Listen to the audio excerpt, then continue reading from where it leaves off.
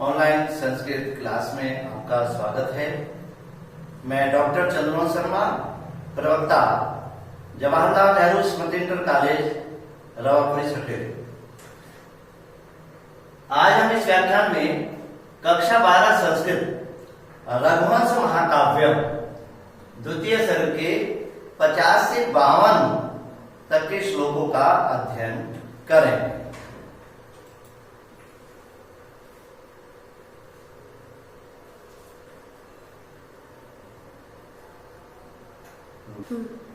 आज के शिक्षण बिंदु होंगे पूर्व ज्ञान, हिंदी एवं संस्कृत भाषा में संदर्भ, श्लोकों का सस्वर वाचन, अन्वय, शब्दार्थ, हिंदी एवं संस्कृत में व्याख्या, काव्य सौंदर्य, लघुत्तरीय प्रश्न और अभ्यास का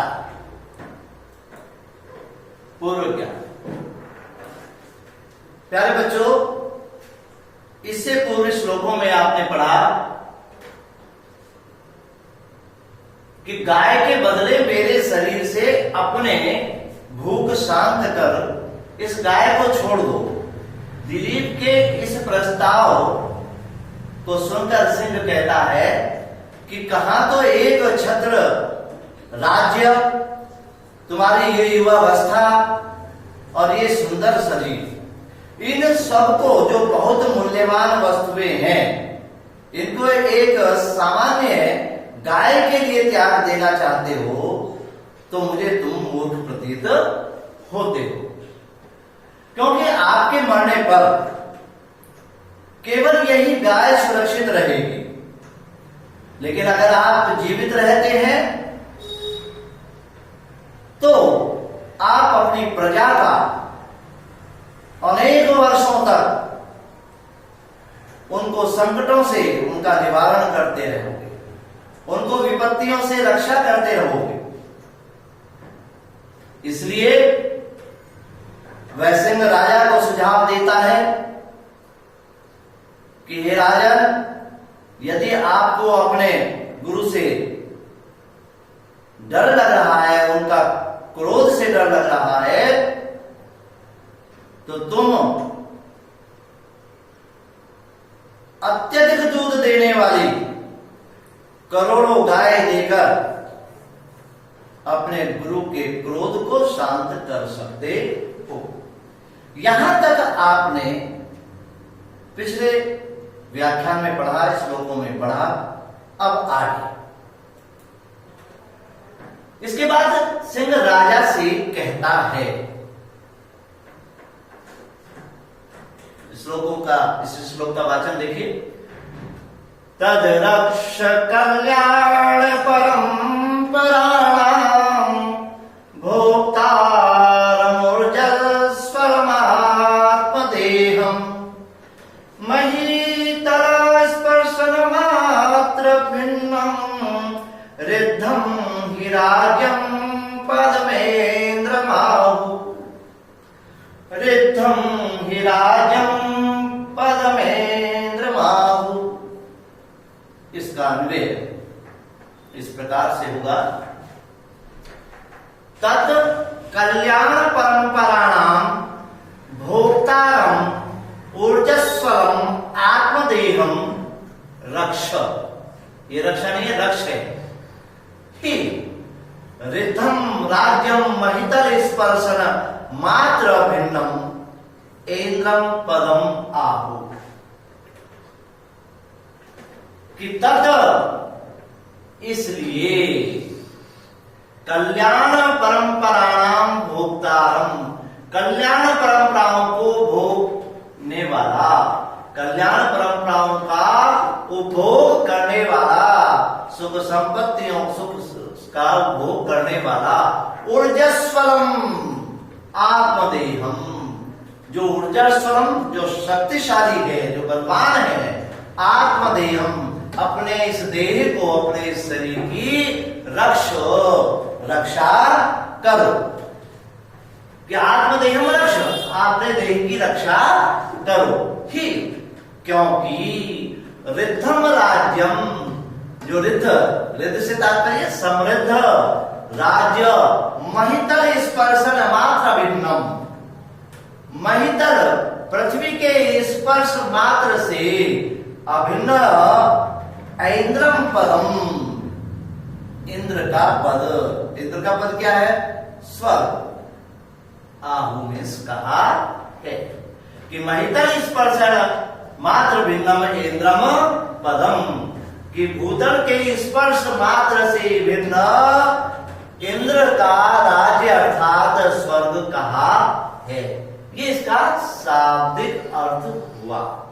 शाब्दिक अर्थ में के लिए हमने यहाँ पर भी शब्द दिए हैं। अब इसको हमें व्याख्या करनी है, इसको और स्पष्ट करना है, तो आप इस प्रकार करें।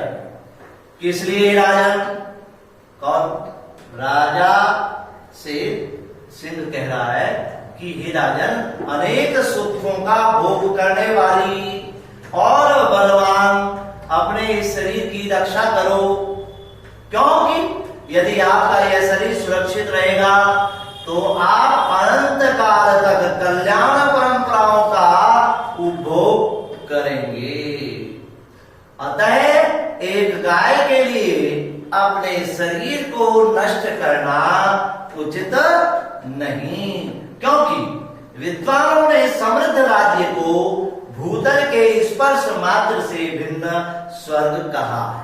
इसका तात्पर्य है कि एक समृद्ध राज्य में और इंद्र पद यानी कि स्वर्ग में केवल एक ही भेद है कि राज्य में पृथ्वी तल का स्पर्श है और स्वर्ग में पृथ्वी तल का स्पर्श नहीं है। अतः आपका राज्य स्वर्ग के समान है, इसके आनंद का उपभोग कीजिए। ये इसकी व्याख्या हो गई। इसकी संक्षिप्त व्याख्या इस प्रकार से, हे राजन, ऐसा भी कर सकते हैं, सिंह कथयति हे राजन, अनेक सुखानाम भोक्तारम बलवंतम स्वशरीरम रक्ष, अनेक सुखों का भोग करने वाले इस बलवान अपने शरीर की रक्षा करो। राज्यतः मंगल परंपरा प्राप्त शक्यन्ते, राज्य से मंगल परंपराओं को प्राप्त कर सकते हैं, मंगल परंपराएं प्राप्त की जा सकती हैं, अनेक सुख प्राप्त किए जा सकते हैं। विद्वान सा कथयन्ति, विद्वान कहते हैं यद समृद्धम राज्यम स्वर्गात् भी अभिन्नम विद्यते, कि समृद्ध जो राज्य होता है वह स्वर्ग से अभिन्न होता है, अर्थात स्वर्ग जैसा होता है। इसलिए तव राज्यम स्वर्ग सदृशम एव अस्ति, तुम्हारा राज्य स्वर्ग के सदृश ही है, स्वर्ग के समान ही है। ये आपकी संस्कृत व्याख्या करिए। तुम्हारा राज्य साक्षात स्वर्ग के समान है। अब इसके पश्चात राजा दिलीप के प्रति सिंह द्वारा कही गई बातों का पर्वत भी अपनी प्रतिध्वनि से मानव समर्थन कर रहा है। इस श्लोक में क्या बताया है वो अब आप सुनेंगे। सबसे पहले हम इसका सस्वर वाचन करें, ध्यानपूर्वक देखें, सुने। एतावदुक्त्वा विरते मृगेन्द्रे प्रतिस्वनेनास्य गुहागतेन शिलोच्चयोऽपि क्षितिपालमुच्चैः प्रीत्या तमेवार्थमभासतेव। इस श्लोक का अन्वय इस प्रकार से करेंगे।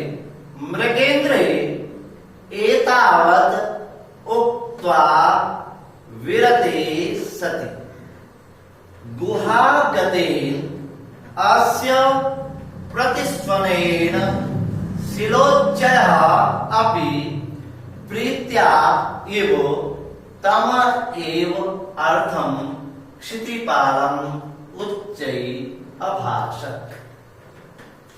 मृगेन्द्र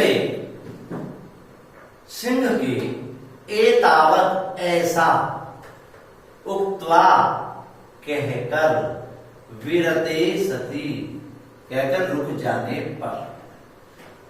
मृगेंद्र के ऐसा कहकर चुप हो जाने पर गुहागतेन अस्य, गुफा के अंदर इसकी प्रतिस्वनेन, प्रतिध्वनि से, शिलोच्चय अपि, शिलोच्चय कहते पर्वत, पर्वत ने भी प्रीत्या प्रेम पूर्वक इव तम, मानो उस ही अर्थम, अर्थ को, उसी अर्थ को, यहां तम के लिए उसी अर्थ को क्या, जो सिंह ने कहा। इससे पहले श्लोकों में बताया ना कि ये तुम्हारा जो राज्य है ये स्वर्ग सदृश है।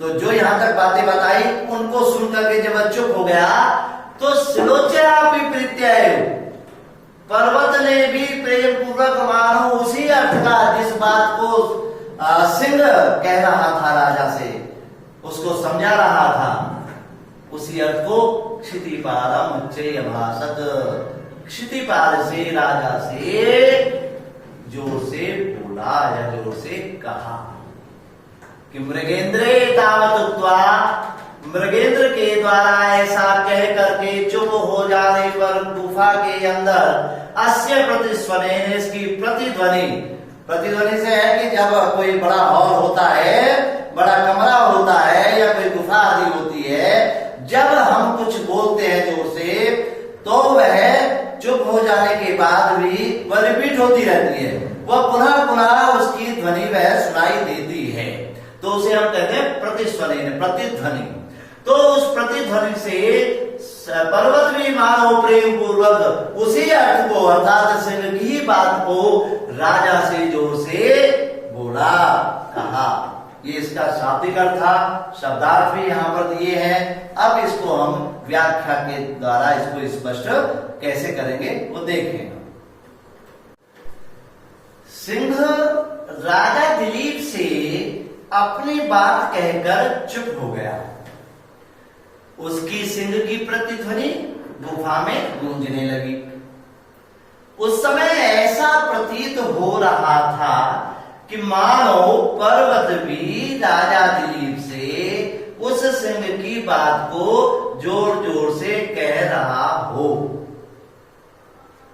अर्थात पर्वत भी सिंह की बात का समर्थन कर रहा था, क्योंकि जो जो बात सिंह ने राजा से कही उसके चुप हो जाने के बाद प्रतिध्वनि के माध्यम द्वारा वह बार बार सुनाई दे रही थी। तो उससे ऐसा प्रतीत हो रहा था कि जैसे पर्वत भी इसकी बात का समर्थन कर रहा है, कोई बार बार इसी बात को कह रहा हो राजा से, तो उसका मतलब ये हुआ कि वो उसकी बात का समर्थन कर रहा है।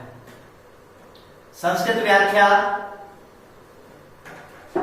में इसको भी देखिए, पूर्वोक्तम, पहले कही हुई बातों को, जो भी बताया, ये तुम्हारा राज्य स्वर्ग से बढ़कर है, यदि आप जीवित रहोगे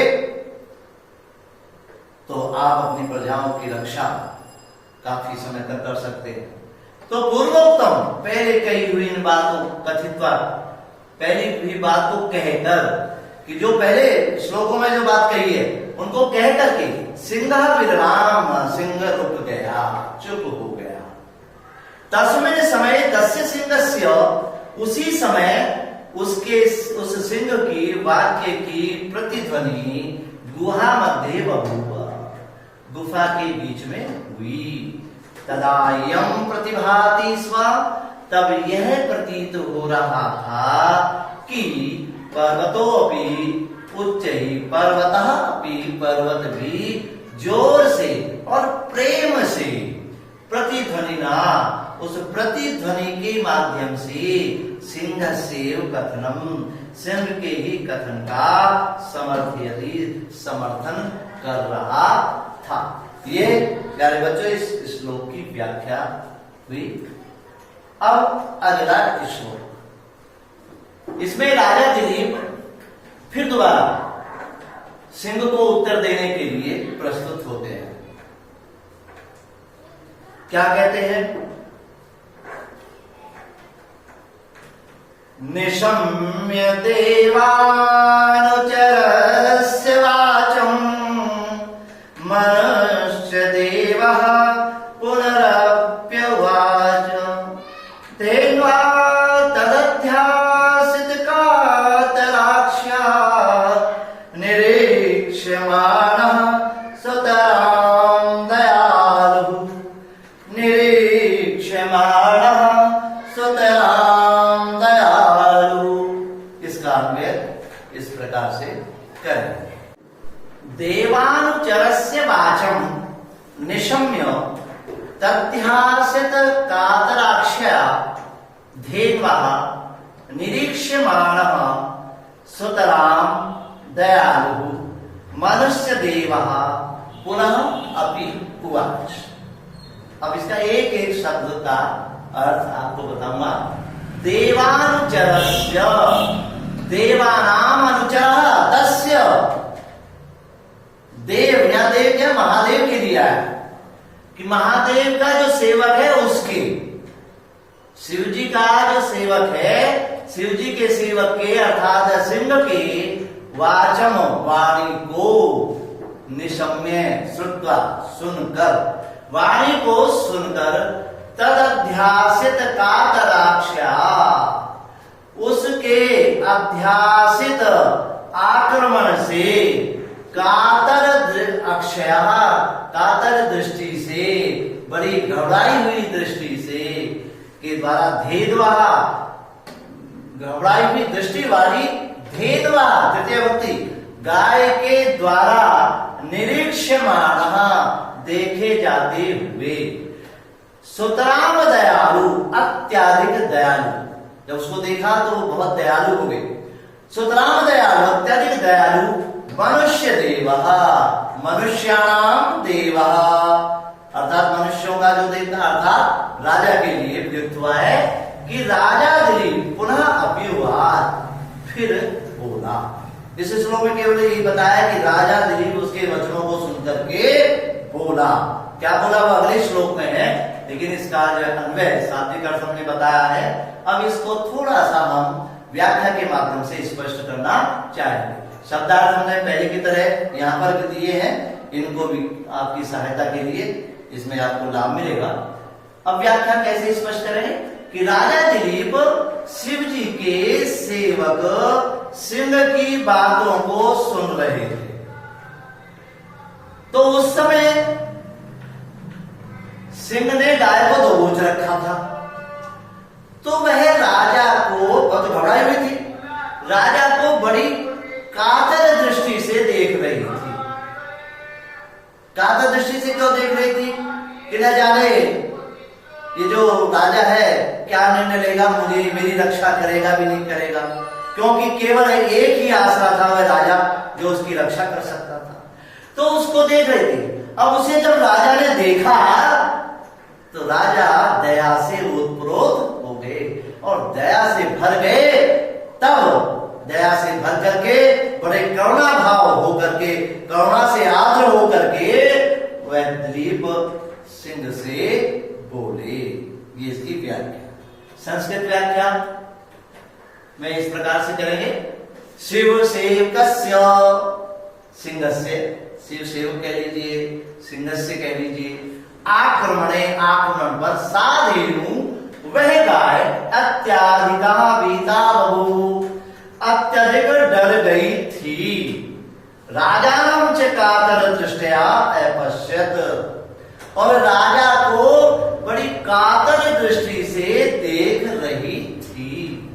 राजा दिलीपोपि, राजा दिलीप ने भी दयार्द्र चित्तः सन, दया से पूर्ण होकर के, करुणा से आर्द्र होकर के सिंहस्य वचनम श्रुत्वा, सिंह के वचनों को सुनकर पुनरपि तमोवचत, फिर दोबारा उससे उत्तर दिया। सिंह के वचनों जब बातें सुनी तो उसका उत्तर इस प्रकार दिया।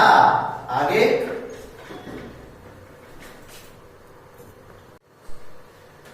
काव्य सौंदर्य में क्या लिखेंगे? तीनों छंदों में उपजाति छंद है। पहले भी बताया था कि इंद्रवज्रा और उपेंद्र वज्रा, इन दोनों को मिलाकर उपजाति छंद बनता है। इन दोनों के मिश्रण से उपजाति छंद मिलता है। अब इन तीनों श्लोकों से संबंधित जो प्रश्न बनते हैं उनको भी मैंने यहां पर दिया है, और आप भी ध्यानपूर्वक प्रश्नों को नोट भी करेंगे और उनको लिखेंगे। पहला प्रश्न बनता है, विद्वांसः वृद्धम राज्यम किमा। विद्वानों ने समृद्ध राज्य किसे कहा है? सॉरी, समृद्ध राज्य को किमाहु, क्या बताया है? जो रिद्ध राज्य होता है, समृद्ध राज्य होता है, वह क्या है, किसके समान है, क्या बताया? तो ये कहा, महितल स्पर्शन मात्र भिन्नम इंद्रम पदम। समृद्ध राज्य का है, इंद्रपद बताया है। स्वर्ग कहा है, इंद्र का राज्य कहा है, अर्थात स्वर्ग कहा है।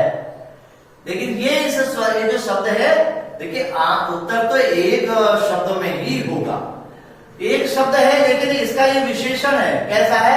महितल स्पर्शन मात्र भिन्नम। महितल भूतल के स्पर्श मात्र से भिन्न इंद्र के राज्य को रिद्ध राज्य कहा है।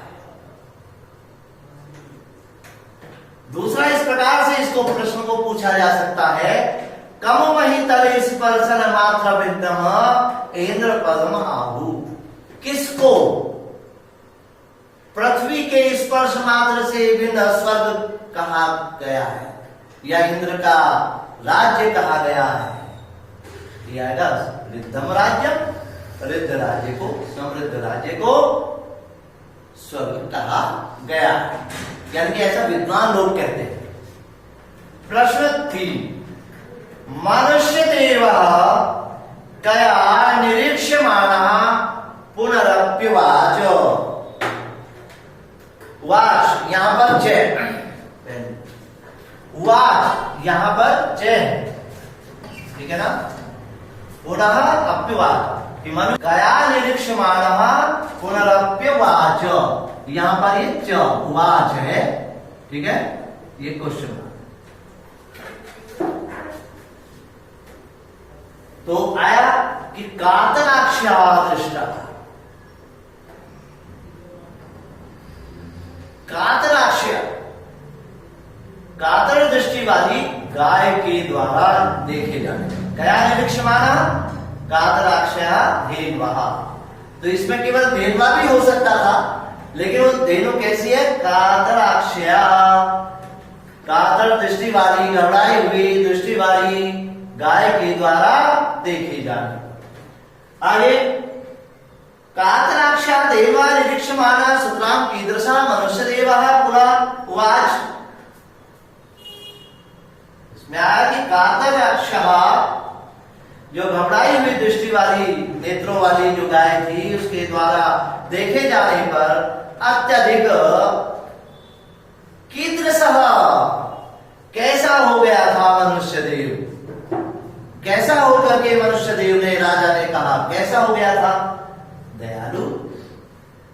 प्रश्न सादा भी पूछा जा सकता है कि राजा कीदृशा भवत्, दयालु भवत्। तो अत्र इसका उत्तर दयालु। अगला प्रश्न है, देवानुचरा क अस्ति। देवानुचरा आया है, जिससे पूर्व श्लोक पढ़ा। देवानाम अनुचरः, देवता महादेव का अनुचर सेवक कैसी, कौन है? सिंह अस्ति। महादेव का अनुचर सिंह है। ये हुए तीनों श्लोकों का संदर्भ प्रश्न सहित व्याख्या। अब आता है आपके लिए अभ्यास कार्य। पूर्व की तरह आपको इन तीनों श्लोकों का संदर्भ और प्रसंग सहित व्याख्या अपनी पुस्तिका में लिखनी है। संस्कृत की संदर्भ सहित व्याख्या भी आपको लिखना है। और जो भी प्रश्नों पर चर्चा हुई, ये सभी प्रश्न आप पुस्तिका में लिखेंगे और उनका स्मरण भी करेंगे श्लोकों का शस्त्रवाचन पहले की तरह करेंगे। प्यारे बच्चों, आपसे बस यही कहना है कि कोरोना काल में घर पर रहकर ही अपने अध्ययन को सुचारू रूप से चलाते रहिए। अनावश्यक रूप से बाहर ना जाए। अगर जाना भी पड़ता है तो डबल मास्क लगा करके जाए। शारीरिक दूरी बनाए रखिए और बार बार अपने हाथों को धोइए। घर में आने पर अपने सभी पहने हुए वस्त्रों को अच्छे प्रकार से धोइए। घर में अपना अपने बड़ों का ध्यान रखिए। घर में रहिए, स्वस्थ रहिए। आज के इस व्याख्यान में बस इतना ही।